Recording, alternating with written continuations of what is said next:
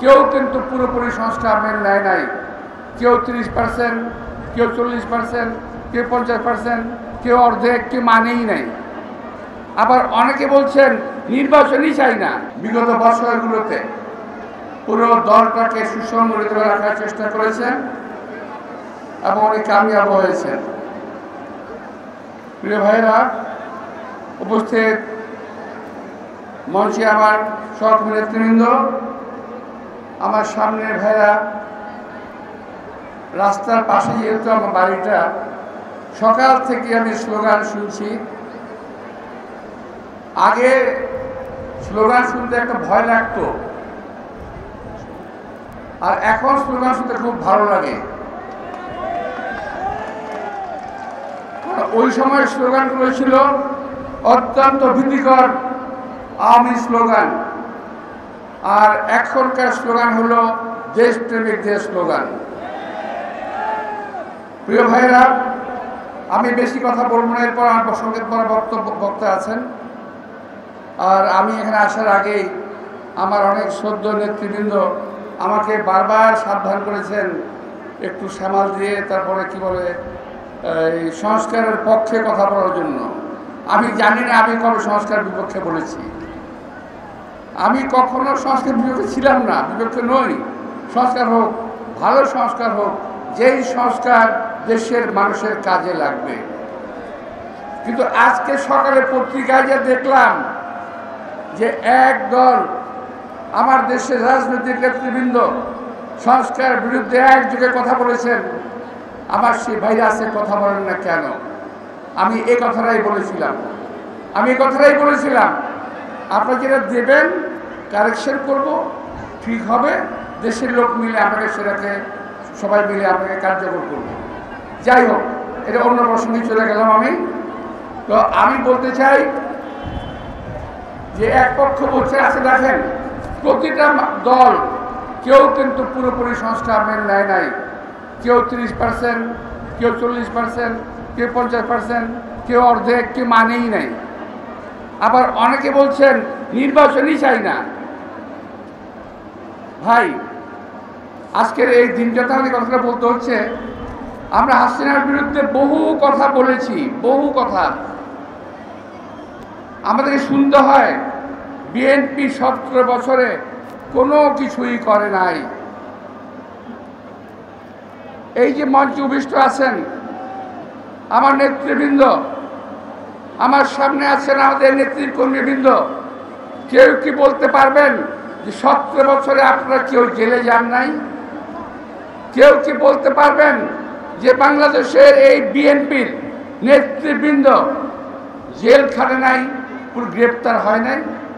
আমার সঙ্গে আমি নাম বলতে যাই, পুরো নাম বলতে হবে, পুরো মঞ্চটাই জেলে ছিল, আমার সঙ্গে একসঙ্গে জেলে ছিলাম। এমনকি আমাদের নেতা তারেক রহমান পর্যন্ত জেলে ছিল। আর আমি আশ্চর্য হয়ে যাই, কিছু কিছু ছেলে পেলে বলে 17 বছর আপনারা কী করেছেন? আরে 17 বছর আমরা গাছের গোড়ায় পানি ঢেলে গাছের গোড়া নরম করেছি, সেই গাছের আগায় বসে আপনারা ফল খেয়েছেন। আমরা গাছের গোড়ায় হাতির মতো পানি এনে পানি দিয়ে এটাকে নরম করেছি। 2 দিনেই হাসিনার পতন হয়ে যায় নাই। এটা যারা বলেন তারা মিথ্যার সাগরে বসবাস করেন, তারা সত্যি কথা বলেন না, তারা বিএনপিকে ক্রেডিট দিতে চান না।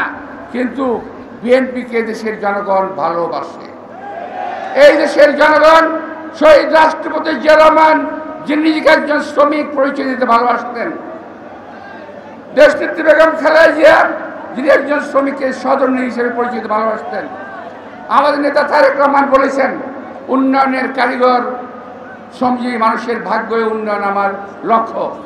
সুতরাং এই দেশের মানুষ এই পরিবারকে ভালোবাসে, এই পরিবার ছাড়া অন্য কারো প্রতি তাদের আস্থা খুব কম আছে। তাই প্রিয় ভাইরা, আমি আর বেশি লম্বা করতে চাই না। আমি শুধু একটি কথা বলবো, ক্রেডিট নিতে যাবেন না, একা একা ক্রেডিট নিতে গিয়ে দেশটাকে ধ্বংস করবেন না।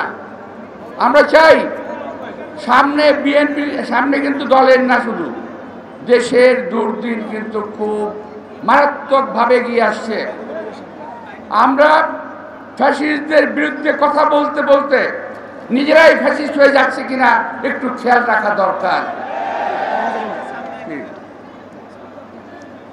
আমি যা বলেছি আমি আবারও বলছি যে ফ্যাসিস্ট তাড়াতে গিয়ে আমরা আবার ফ্যাসিস্ট হয়ে যাচ্ছি কিনা এটা খেয়াল রাখবে।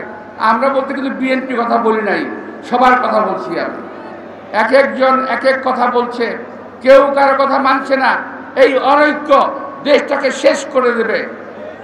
এরই মধ্যে আপনি খেয়াল করে দেখবেন আওয়ামী ফ্যাসিস্ট সরকার ভারতের সঙ্গে মাঝে মাঝে চুক্তি করে আসতো, সেই চুক্তিগুলো আমাদেরকে বলতো না। এখন সকালবেলা বলেন উপদেষ্টা সাহেব একটা চুক্তি হয়েছে, কোথায়?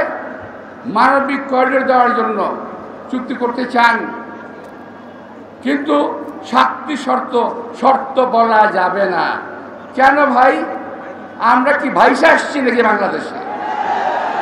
আপনারা বলবেন আমরা শুনবো, এটা হবে না। বাংলাদেশে এক সময় রক্ত গঙ্গা বইবে এমন করা অবস্থা আপনারা তৈরি করবেন, এটা বাংলাদেশের লোক সহ্য করবে না। এটা কার রাজত্বে আমরা বসবাস করি না, আগেও বলেছি আজকেও বলছি।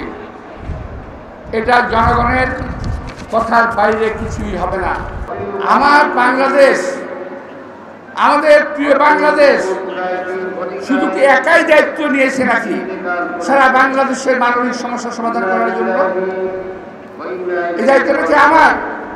আমরা রোহিঙ্গাদের জায়গা দেব, আমরা অমুককে জায়গা দেব, অমুককে পানি দেব, অমুককে ওই যে কি বলে ওই যে আমাদের ফেনী নদী থেকে পানি দেব, খাওয়ার পানি দেব, আবার মানবিক করিডোর দেব।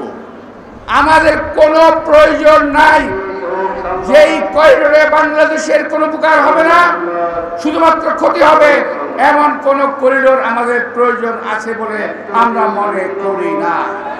সুতরাং প্রিয় ভাইরা, দেশের জনগণকে পাশ কাটিয়ে, রাজনৈতিক দলগুলোকে পাশ কাটিয়ে কেউ যদি কোনো কিছু করতে চান তার বিরুদ্ধে প্রতিরোধ হবে, এটা আপনারা মাথায় রাখবেন।